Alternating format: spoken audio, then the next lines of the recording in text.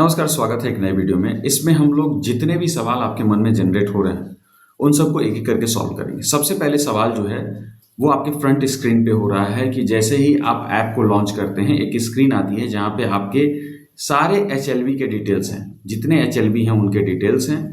उसके नीचे जब हम लोग जाते हैं तो यहाँ पे आपको पूछता है कि लेआउट के हिसाब से कितने बिल्डिंग्स हम डालें।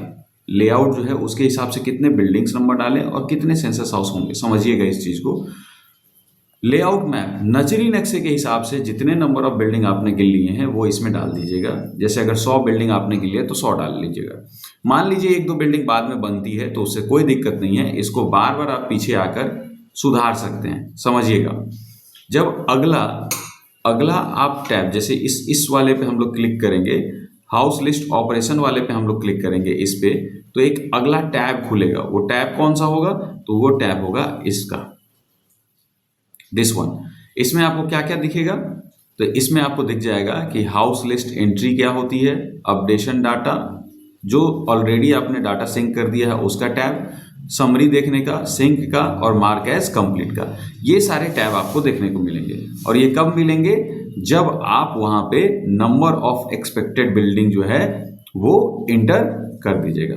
क्लियर है? यहाँ पे आप number of expected building inter कर दिए रहेगा। तो इसको ध्यान से समझ लीजिएगा कि नंबर ऑफ बिल्डिंग उतना ही डालिएगा जितना आपके नजरी नक्शा में है। आप इसको कम लेकर चल सकते हैं, जैसे कि मान लीजिए 100 आपने गिना, आप समझ रहे हैं कि 90 जो है वो होगा, 90 से ज्यादा नहीं होगा, तो आप उसमें 90 ही डालिए। ठीक है, यहाँ 90 एंटर करेंगे और इसमें हम सेंसस हाउस, अब हो सकता है कि हमने सेंसस हाउस तो नहीं गिना, मकान नंबर तो नहीं गिना, तो ये 127 हो जाए, 120 हो जाए, कितना भी हो सकता है। तो ये सेंसस हाउस 90 होगा या फिर 90 से ज़्यादा होगा, ये कितना भी जाए। हम अभी लेकर चलते हैं कि ये हमारा सेंसस हाउस 100 होने वाला है लगभग। मान लीजिए 101 आपको मिल जाए, तो उस समय जब आप पीछे आइएगा तो फिर से इसको आप एंट्री चेंज कर सकते हैं, उसमें कोई दिक्कत नहीं है। तो इससे घबराना नहीं है कि कितना डालें, आप एंट्री बदल सकते हैं। बट ऐसा नहीं कीजिएगा कि एक ही बार में 1000 घर हमने एक्सपेक्टेड सोच लिया, जो है ही नहीं। तो उस टाइप के वेग डाटा आपको, मतलब पॉसिबल जो डाटा है नहीं, वो नहीं डालना है। चलिए अब बात समझिएगा। इसका एक सवाल तो आपका क्लियर हो गया। अब हम लोग एक और केस ले लेते हैं। ये तो हम लोग समझ गए कि इसमें हम लोग को क्या एंटर करना है। आई थिंक इसमें अब आपको दिक्कत नहीं होनी चाहिए। क्लियर है? अब एक और केस ले लेते हैं। उससे पहले हम थोड़ा सा ऐप को समझ लेते हैं कि जब हम लोग हाउस लिस्ट फॉर्म किस में हम लोग भरेंगे, इस वाले न्यू हाउस लिस्ट एंट्री वाले में। अगर आपको डिटेल में ऐप समझना होगा तो एक वीडियो उसमें है कि HLO ऐप को कैसे यूज करें, लिंक आपको डिस्क्रिप्शन में नीचे मिल जाएगा, उसको देख लीजिएगा। कैसे फॉर्म फिल होता है वो समझ जाइएगा। और अभी जो मैं चीजें बता रहा हूं उसको उसमें डिटेल में बताया गया है। अभी एक एक करके सवाल लेते हैं। इसमें हम लोग फॉर्म भरते हैं, इस वाले कॉलम में हम लोग फॉर्म भरते हैं, यानी जितना फॉर्म भरेंगे उतनी बार इस पे हम क्लिक करेंगे, एक फॉर्म सबमिट हो जाएगा, फिर से वो पीछे आ जाएगा इसी वाले टैब में, और यहाँ पे फिर हम क्लिक करेंगे तो एक नया फॉर्म ओपन होगा। जितनी बार हम फॉर्म नया नया ओपन करेंगे उतना हमारा क्या जनरेट होगा? लाइन नंबर नया जनरेट होगा। अब लाइन नंबर कैसा दिखता है तो यहाँ हम दिखाते हैं आपको। जैसे ये देखिएगा, यहाँ पे लाइन नंबर आपको दिख रहा है, यहाँ पे ये लाइन नंबर है। लाइन नंबर 001 से स्टार्ट होकर आगे की तरफ ही बढ़ता रहेगा। इसको आप ना ही घटा सकते हैं और ना ही बढ़ा सकते हैं, ये ऑटोमेटिक है, ये हमेशा आगे जाएगा, यानी बढ़ेगा ही। बिल्डिंग नंबर में समझिएगा आप 1 2 3 4 ऐसे क्रमिक बढ़ते जाएंगे। जो सेंसस हाउस नंबर है इसमें, जैसे अगर मान लीजिए, इसको पहले अच्छे से समझ लीजिए। जैसे मैंने इसमें बिल्डिंग नंबर डाला 1, मैंने इसमें बिल्डिंग नंबर 1 डाला, तो मेरा पहला सेंसस हाउस तो नया ही जनरेट होगा, 0001। 4 अंक का अपना सेंसस हाउस नंबर होता है। ठीक है, अगर इसको हमको बदलना है, समझिएगा, अगर इसको हमको बदलना है तो हम नहीं बदल सकते हैं। एक नंबर भवन में एक नंबर सेंसस हाउस जुड़ गया है। आप चाहें तो इस फॉर्म को डिलीट कर दीजिए, लेकिन किसी और बिल्डिंग नंबर में मकान संख्या 1 अब आप नहीं दे सकते हैं। ठीक, अब एक और आपका सवाल आता है, इस चीज को समझिएगा कि सर हम फील्ड में गए और वहां पे हमने क्या किया कि मकान की काउंटिंग शुरू की। मैंने पहला भवन गिना, दूसरा भवन गिना, तीसरा भवन गिना, चौथा भवन गिना। अब यहाँ पे मकान संख्या मैंने दिया 00001, 0002, 0003, 0004, 4 मकान संख्या दिए। अब पांचवें भवन में हमको देना था 0005, लेकिन गलती से मैंने क्या कर लिया, इंटर कर लिया भवन नंबर 6 और इसमें मैंने दे दिया 0005। तो इस बात को समझ लीजिए कि अब आप पांचवें में क्या दीजिएगा, पांचवा में देना था ना 0005, तो यहाँ पे आपका क्रम जो है वो गड़बड़ हो गया सेंसस हाउस का।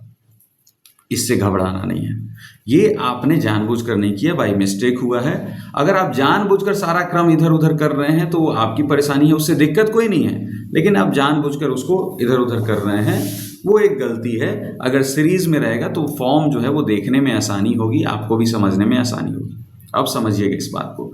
हम लोग जब नजरी नक्शा बनाते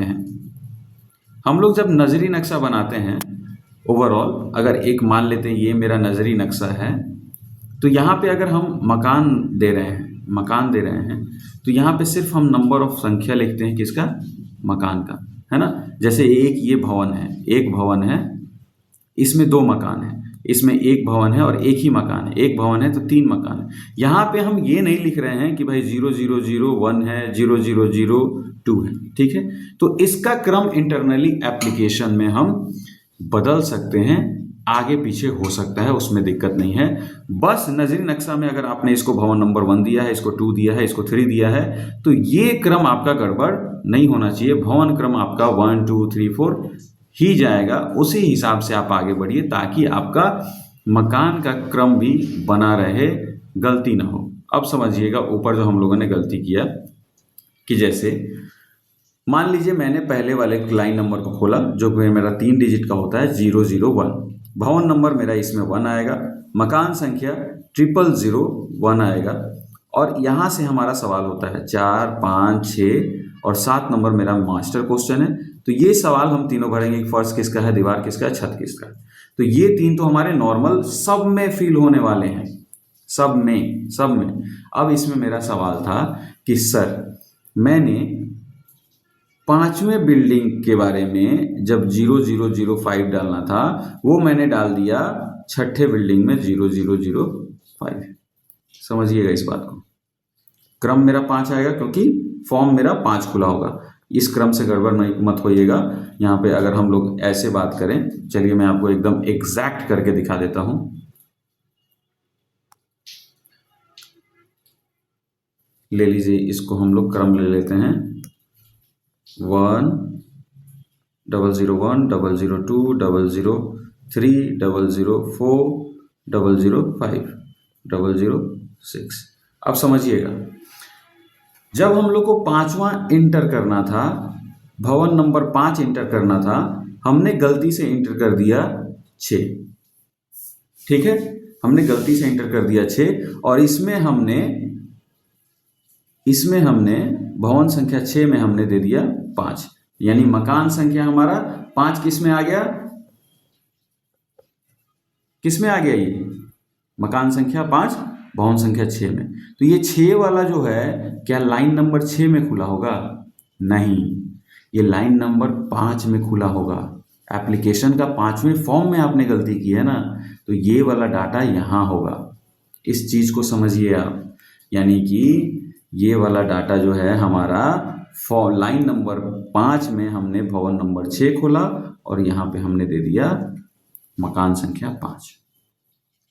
करना क्या था, यहाँ पे हमको भवन नंबर 5 देना था। तो अब इसको हम सुधार नहीं पाएंगे, उसको जस का तस रहने देंगे। हम अगला लाइन नंबर खोलेंगे, यानी एक नया फॉर्म खोलेंगे और वहाँ भवन नंबर देंगे 5 और इसको मकान संख्या दे देंगे 6, क्योंकि इससे कोई दिक्कत नहीं हुआ। इसको हमको मेंशन नहीं करना है नजरी नक्शा में, जिससे कंफ्यूजन क्रिएट होगा। आई होप इतना बात आपको समझ में आ गया होगा। क्लियर है? इस चीज को आप समझ गए होंगे। एक और सवाल आता है मन में कि सर मान लीजिए मैंने किसी घर को लॉक घोषित कर दिया। मैं क्या कर रहा था, मैं क्षेत्र में गया, एक मकान था, दूसरा भवन था, एक भवन था, दूसरा भवन था, तीसरा भवन था, चौथा भवन था, पांचवा भवन था, ऐसे करते करते हम गिनते जा रहे थे। हमने क्या किया, तीसरा जो है इसको लॉक घोषित कर दिया।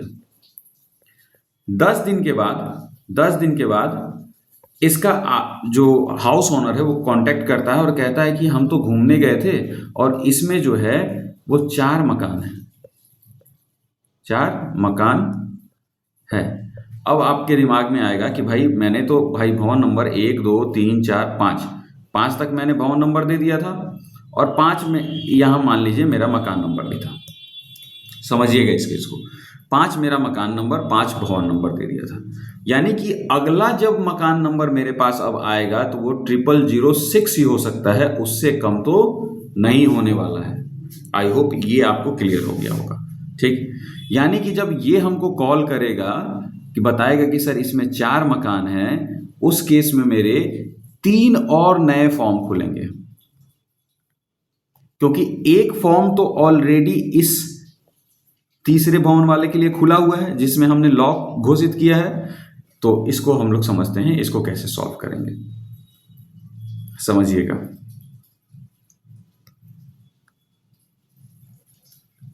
जैसे मान लीजिए हम लोग ले लेते हैं लाइन नंबर 0001 002 003 004 005। क्लियर है, ये हमारा लाइन नंबर ओपन होगा। हमको चौथा जो है ये लॉक है, ठीक है। तो यहाँ पे हमारा भवन नंबर 4 है, भवन नंबर 5 है, भवन नंबर 3 है, 2 है, 1 है। ये भवन लिया था, शुरू में हमने इसको ऐसे दर्शाया था, इसको ऐसे दर्शाया था, ठीक है। बाद में इन सारे डाटा को हम लोग इसको भर लेंगे, इसको भर लेंगे, इसको भर लेंगे, इसको भर लेंगे, इसको भर लेंगे। 7 वाला क्वेश्चन हम लोग डिस्कस करेंगे बाद में।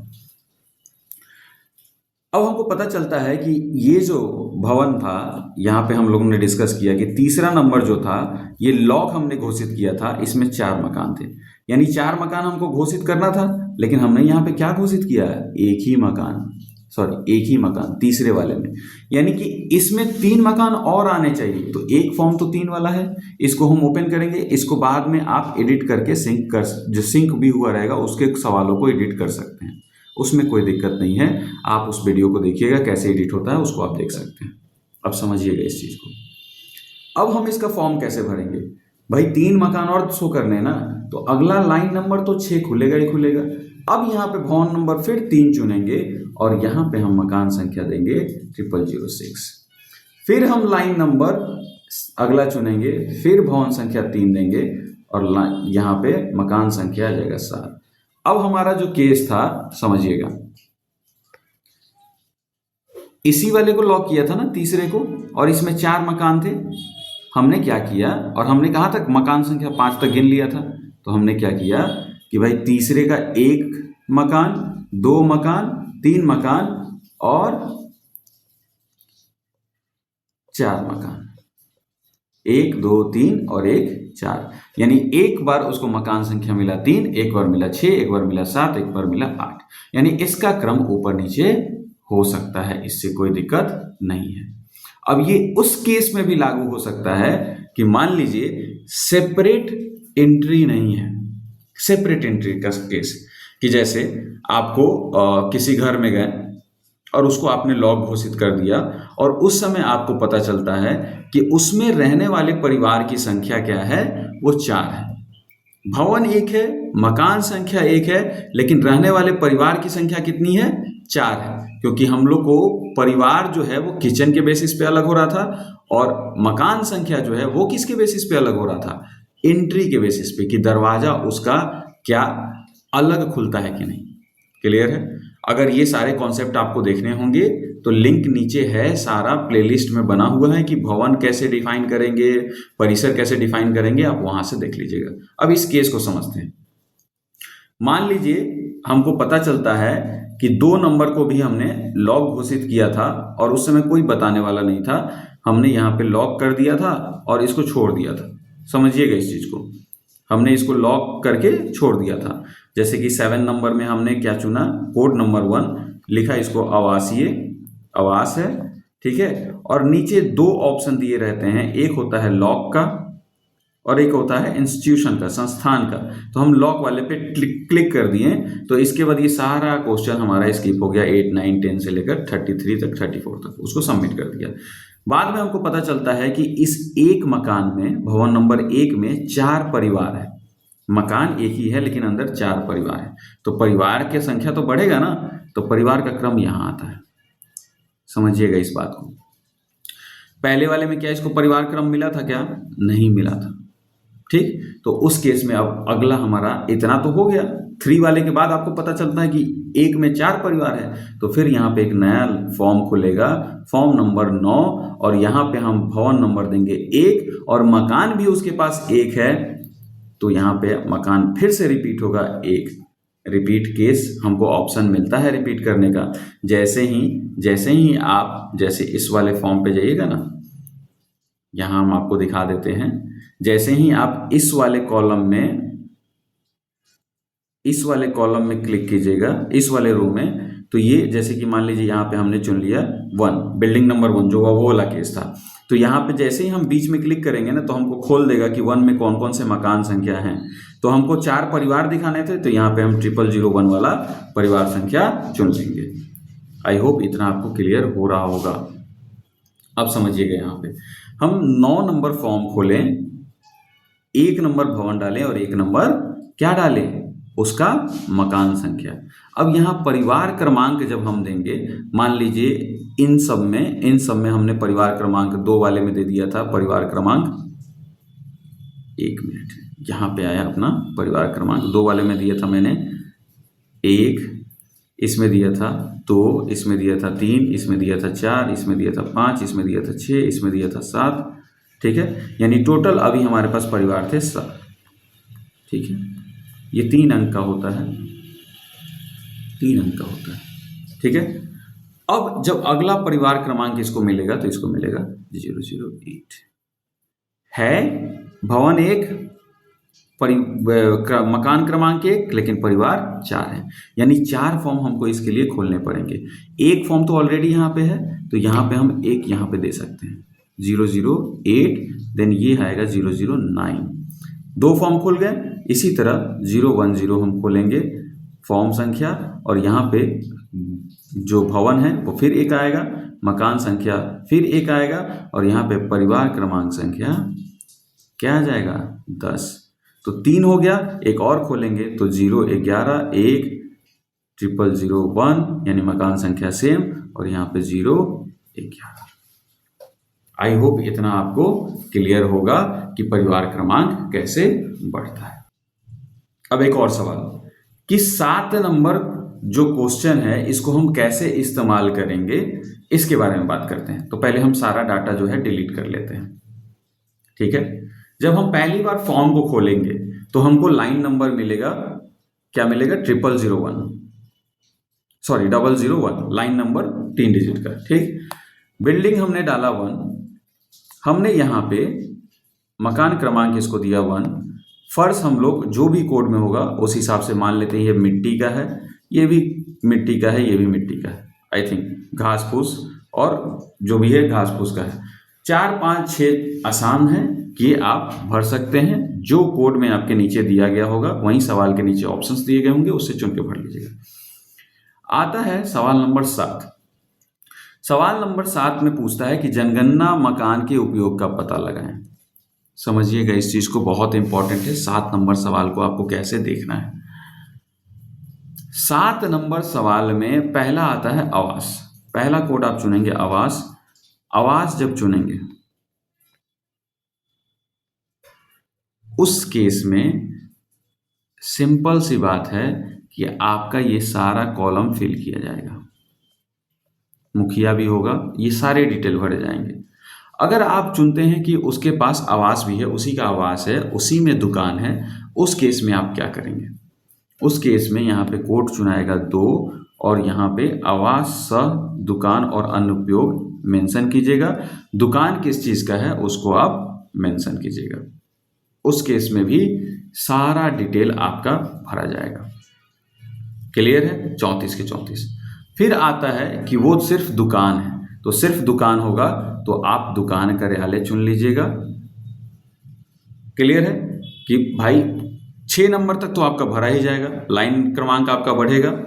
इसमें दुकान कार्यालय जैसे ही 7th में आप चुनेंगे तो ये सारा जो सवाल है आपका 7 में जैसे ही आप दुकान कार्यालय चुनेंगे कोड नंबर 3, ये सारा स्किप हो जाएगा, ये कोई सवाल नहीं पूछेगा, सीधे सबमिट बटन पे आ जाएगा।